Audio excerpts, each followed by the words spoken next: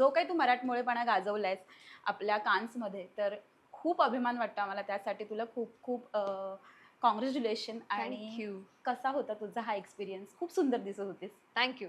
खूप छान होता अनुभव. म्हणजे पहिल्यांदाच एकतर एवढ्या मराठी कलाकारांना तिथपर्यंत जाण्याचा भाग्य मिळालं. ते सगळेजण आम्ही होतो आणि सगळ्यात महत्त्वाचं म्हणजे अशोक सरांसोबत आम्ही तिथे त्या रेड कार्पेटवरती चालणार होतो.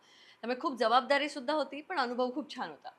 सो लूक खूप सुंदर होता. लूकवर तुझ्या मागे कोकण तू तिथे प्रमोट करत होतीस आणि नारळाची झाडं आणि त्यात ती असा लाईट पिंक कलर होता आणि त्याबरोबर तुझा जो कॉन्ट्रास्ट ब्लाउज, खूप सुंदर लूक होता. त्या लूकबद्दल तुला काय बोलायचं आहे?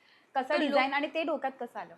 नाही, आता जेव्हा तुम्हाला एका ग्लोबल प्लॅटफॉर्मवरती महाराष्ट्राला घेऊन जायचंय, असं हं. जेव्हा तुम्हाला कळतं, तेव्हा मला असं होतं, की कुठेही असं नाही वाटलं पाहिजे, की मी माझं कल्चर किंवा माझं जे काही आहे, त्या गोष्टी सोडून काहीतरी वेगळं करतेय. हं. पहिल्यांदाच जर मराठी कलाकार तिथे जातायत, तर आपण आपला मराठीपणा पण तिथे घेऊन गेलं पाहिजे, पण आपण ग्लोबल प्लॅटफॉर्मवरती जातोय याचाही विचार केला पाहिजे.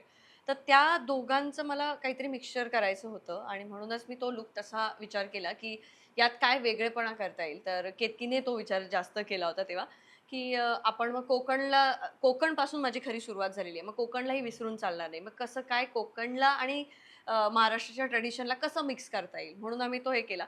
खरं तर त्या केप जो मी घेतला होता ना, हं. त्याच्यामागे हे होतं, की लहानपणापासून मला दशावताराबद्दल फार हे होतं, की ते असं हे करायचे हां. ना, पाठीवरती ते हं. असते एक झालरसारखं असतं हं. बघ आणि ते असे ते उडवून हे करतात. तर हं. मला ते त्याला आपण फॅशनमध्ये कसं कन्व्हर्ट करू शकतो? त्याला केप असतातच. हं. मग केपवरती ती नारळाची झाडं आणि ते पक्षी आणि ते बीच असा आम्ही दाखवला.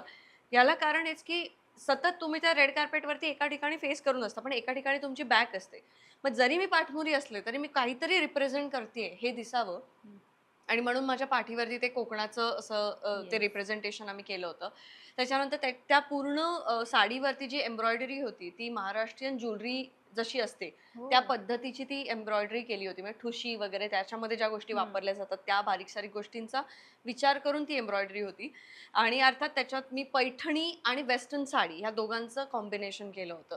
तर हं. ती पैठणी 2.5 लाखांची पैठणी टरा-टरा कापली आहे आम्ही त्या ह्याच्यासाठी आणि फार सुंदर अशी हँडलूम पैठणी. ती पैठणीसुद्धा स्पेशली एबल्ड मुलांनी विणलेली होती. हो, कापसेंकडून. कापसेंकडून ती हं. पैठणी आली होती आणि ते त्यांचं एक फाउंडेशन सुद्धा आहे, जिथे ते अशा मुलांना आसरा देतात आणि ती मुलं काम करतात तिथे. तर ती खूप इमोशन्स सुद्धा त्या ह्याच्यामध्ये होते आणि आम्ही ती पैठणी कारण महाराष्ट्राचं महावस्त्र म्हणायला हरकत नाही पैठणी म्हटल्यानंतर. तर आम्ही ती एक पैठणी सुद्धा त्या ह्याच्यावरती ठेवली आणि वेस्टर्न कपडा सुद्धा ठेवला आणि म्हणून माझा ब्लाउज जो होता तो थोडा वेस्टर्न लूकवाला हं. होता. हं.